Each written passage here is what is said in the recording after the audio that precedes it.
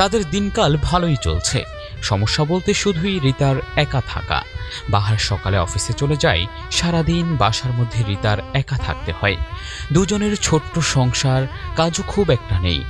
রিতার তাই সময়ই কাটে না, কেউ থাকে না কথা বলার, একটু গল্প বলার জন্য।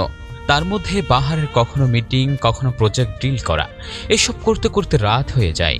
এইভাবে একটা মানুষ কতক্ষণ বাসায় একা একা বন্দি সময় পার করতে পারে? তাই রিতার যত অভিযোগ, কিন্তু বাহার ওকে কি করবে? অফিস তো করতেই হবে। একদিন বাহার ও রিতা মিলে সিদ্ধান্ত নিল রিতার ছোট বোন লিজাকে তাদের বাসায় নিয়ে আসবে। লিজার স্কুল শেষ, এখানে সে কলেজে ভর্তি হবে। আর দুই বোন একসাথে থাকলে রিতার আর একা একা লাগবে না। তাহলে আর কি, তুমি বাড়িতে কথা বলে নাও। যেই ভাবা সেই কাজ। রিতা ফোন করে কথা বলে নিল। লিজা বাসায় চলে এলো 2 দিন পরে। বাহার তাকে নিয়ে ভর্তি করিয়ে দিল কলেজে। সবই ঠিকঠাক চলছিল। লিজা বাহারের সঙ্গে কলেজে যায় সকালে। কলেজ শেষ করে বাসায় এসে দুই বোনের সময় কাটে। কখনো কলেজে লেট হলে বাহারের সাথে বাসায় ফিরে। এভাবে আসা যাওয়ায় বাহার আর লিজার মাঝে বন্ধুর মতো সম্পর্ক হয়ে ওঠে। বাহার প্রায় সময় রাতে বেলকুনিতে যখন বের হয়, তখন পাশের রুমে বেলকুনিতে অপেক্ষায় থাকা শালি তাকে ইশারায় ডাকে। এভাবে তারা রাতের বেলায়ও গোপনে দেখা সাক্ষাৎ করে।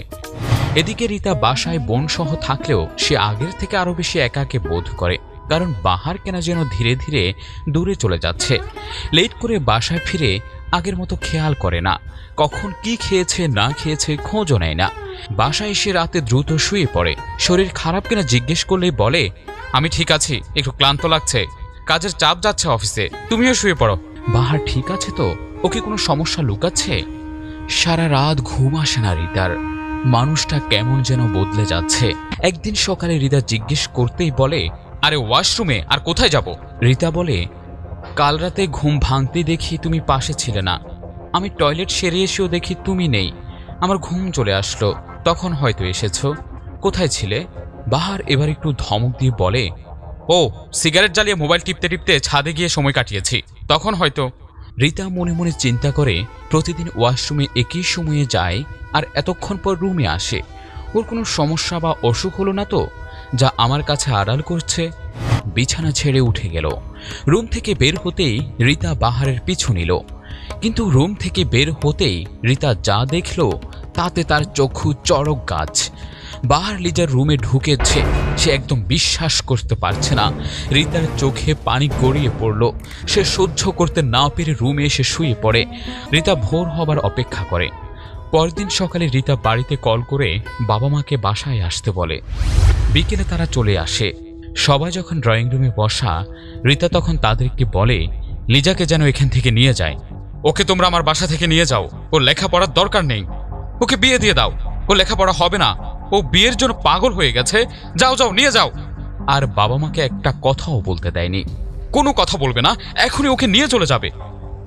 বাবা মা চলে যায়। বাহার কিছু জিজ্ঞেস করতে গেলে রিতা বলে, কি হয়েছে আর কি করেছো তুমি খুব ভালো করেই জানো, যাও এখান থেকে। বাহার বুঝতে পারে, তাই আর কথা বাড়ায়নি। সকালে টেবিলে রিতা একটা পেপার রেখে বলে, কিছুদিনের মধ্যে ডিভোর্স পেপার পেয়ে যাবে। আমি একটা জবের জন্য অ্যাপ্লাই করেছি, তুমি এবার নিজের ইচ্ছা মতো চলতে পারবে। যে কোনো সম্পর্কে তৃতীয় ব্যক্তির স্পর্শ সব কিছুকে নষ্ট করে দেয়। এজন্য কোনো সম্পর্কে কখনোই তৃতীয় জন যোগ করা উচিত নয়। আর নারী সঙ্গ সকল পুরুষকে পথভ্রষ্ট করে। অন্য কেউ তাদের মাঝে আসার আগেই খেয়াল রাখা ও নিজের প্রতি আস্থা এবং শ্রদ্ধাশীল হওয়া। রচনা ও পরিচালনায় মাহফুজুল আহমদ মির্জা, চিত্রগ্রহণ রং বেরং মেহেদি। আমাদের গল্পটি কাল্পনিক, তারপরও যদি আপনাদের ভালো লেগে থাকে তাহলে লাইক, কমেন্ট, শেয়ার দিয়ে আমাদেরকে সহযোগিতা করুন। ধন্যবাদ।